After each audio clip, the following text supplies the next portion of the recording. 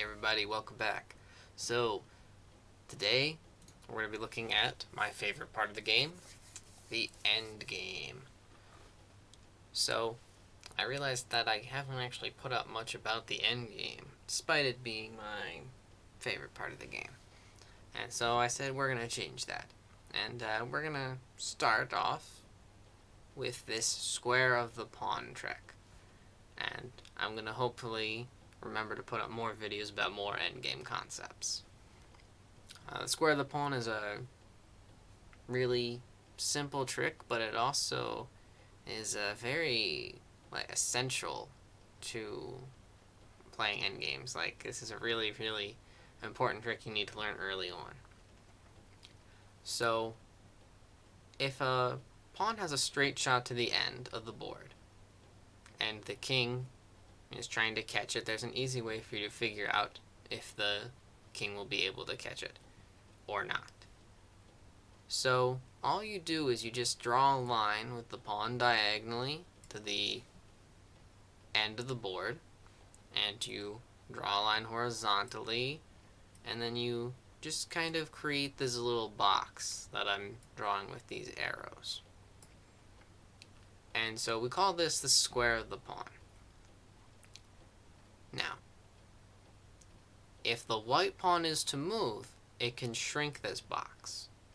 See, right now, say it's black to move. He could step into the box. That's what the black king wants.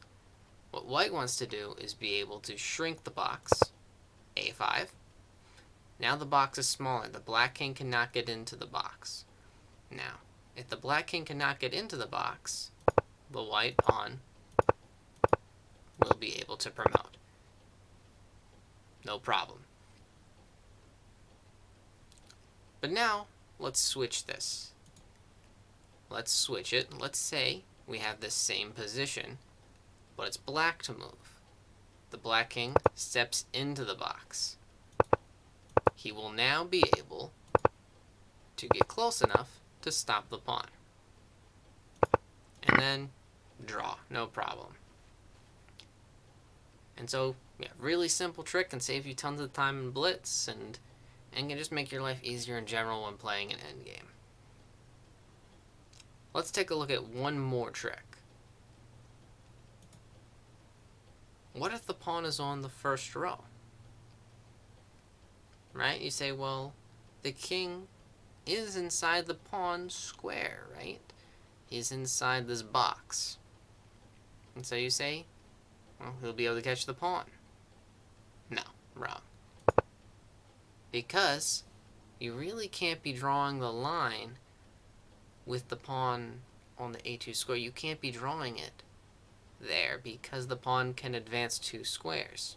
If the pawn can advance 2 squares, you really should be drawing the box from up a square, because remember that 2 square advance really actually will shorten the box.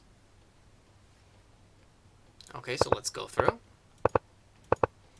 And let's just look at it just to go through. You don't have to calculate it out, we already know.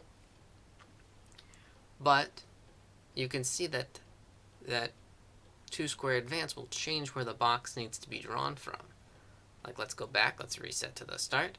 You really should be drawing it from here, because the pawn's going to advance. And yes, there's a lot of lines on the board right now. But you get the idea. Pawn starting on the first rank that a pawn starts on, you'll need to draw it from the third rank. So, pawn on the starting rank, just remember that one little trick. Alright. So I hope that going through this will help everyone out in their endgames. Hopefully you'll remember this trick and it'll be able to save you some thinking in your endgames. Alright, bye.